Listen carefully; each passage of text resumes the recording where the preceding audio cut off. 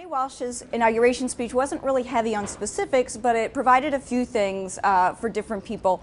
For me, the most interesting thing was when he choked up when he was talking about his family. I mean, the interesting thing is here, he really is surprised at how far he's come.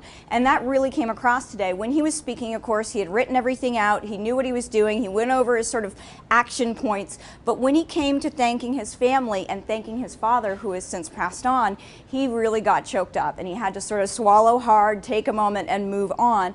I think for people watching, that was a rare sort of point of Marty Walsh's personality, and something he said over and over again, that he can't believe that he's actually made it this far because he's a recovering addict. He's he survived cancer.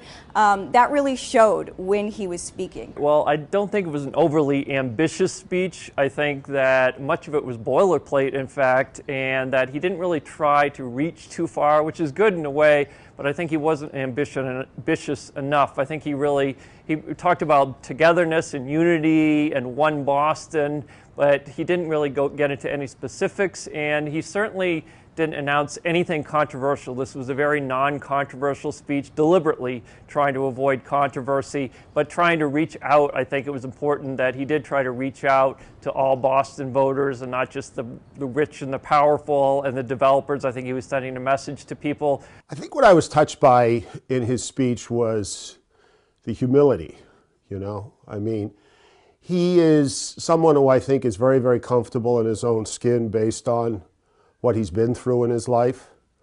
He is somebody, too, who has an understanding of the city from the street level, from a very sort of interpersonal, up-close level. But I think he also has a sense of where the city is going and how it is changing and how it has changed.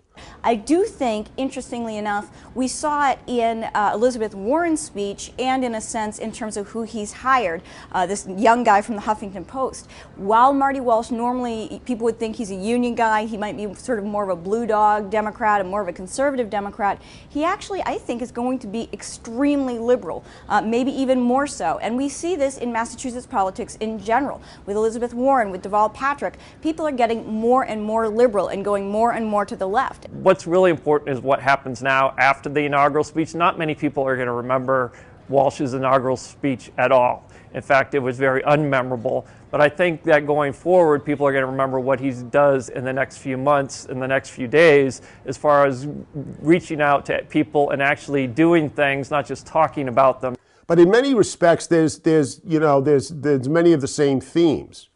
He's a neighborhood guy. He's a city guy.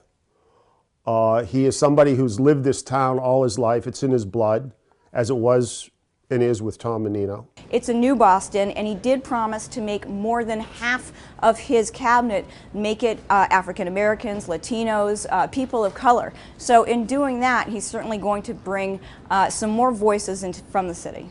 It still sounds weird to say Mayor Marty Walsh, because like Mayor Tom Menino, he's the mayor. No, he's not the mayor anymore.